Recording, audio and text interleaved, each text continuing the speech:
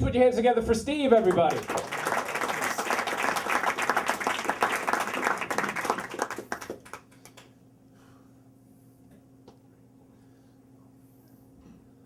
Prologue.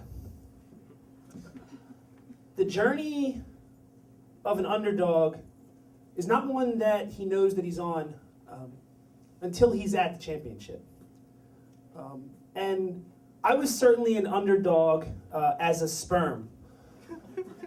I don't think I stood much of a chance. I was skinny and weak. The others were very athletic.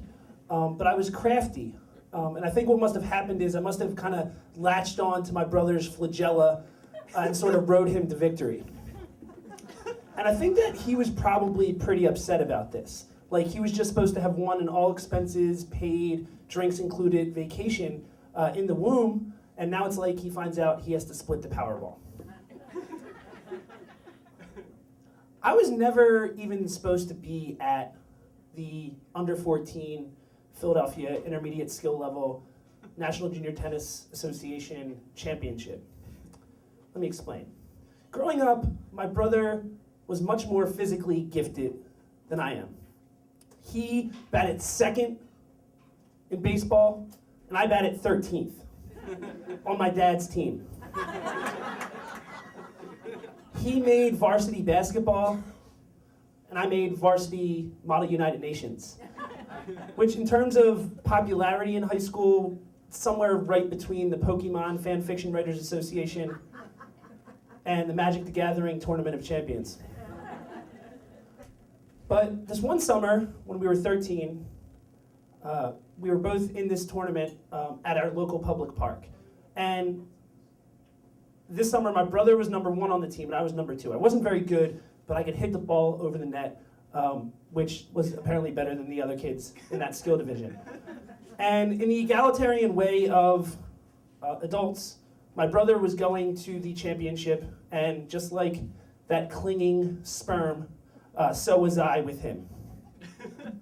So we went down to the Arthur Ashe Tennis Center in Manayunk, and it was kind of a who's who of prepubescent, intermediate skill level Philadelphia area tennis players. And I didn't think I had much of a shot. I thought my brother stood a pretty good chance. My brother won his first match, and I somehow won my first match. My brother won his second match, and I somehow won my second match. My brother won his third match, and miraculously, I too made it into the championship. So like 13 years previous in the womb, I was now set to face my brother one-on-one in the city championship for intermediate level, skill level, prepubescent boys. I didn't think I had much of a shot. I'd never beaten my brother at anything. Anything.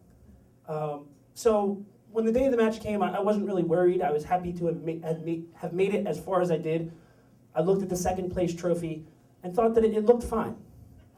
And I'd be happy taking that home. Somehow, though, my brother lost his cool, and the match started, and he started overhitting balls, and I would hit the balls over the net, and he would hit them into the net, and eventually I beat him. And for the record, I beat him badly. It's the only time I've ever beaten my brother in anything. And until that moment, I didn't realize that I was journeying to be a champion, but finally, I was. Epilogue. In the same way that my brother was upset with me in the womb, he was pretty upset in our 1992 brown Chevy Celebrity on the ride home. We were about the same size as I am now, and he was breathing very heavily, and he was wielding his second place trophy, which was much smaller than mine, like a weapon. And I didn't want to get hurt. So I said to him, "Mike, your trophy's nice too." He took this the wrong way and walloped me on the back of the head with the blunt edge of his once again much smaller second place trophy. Nevertheless, I reached the pinnacle of my journey as an underdog to being a champion. Thank you.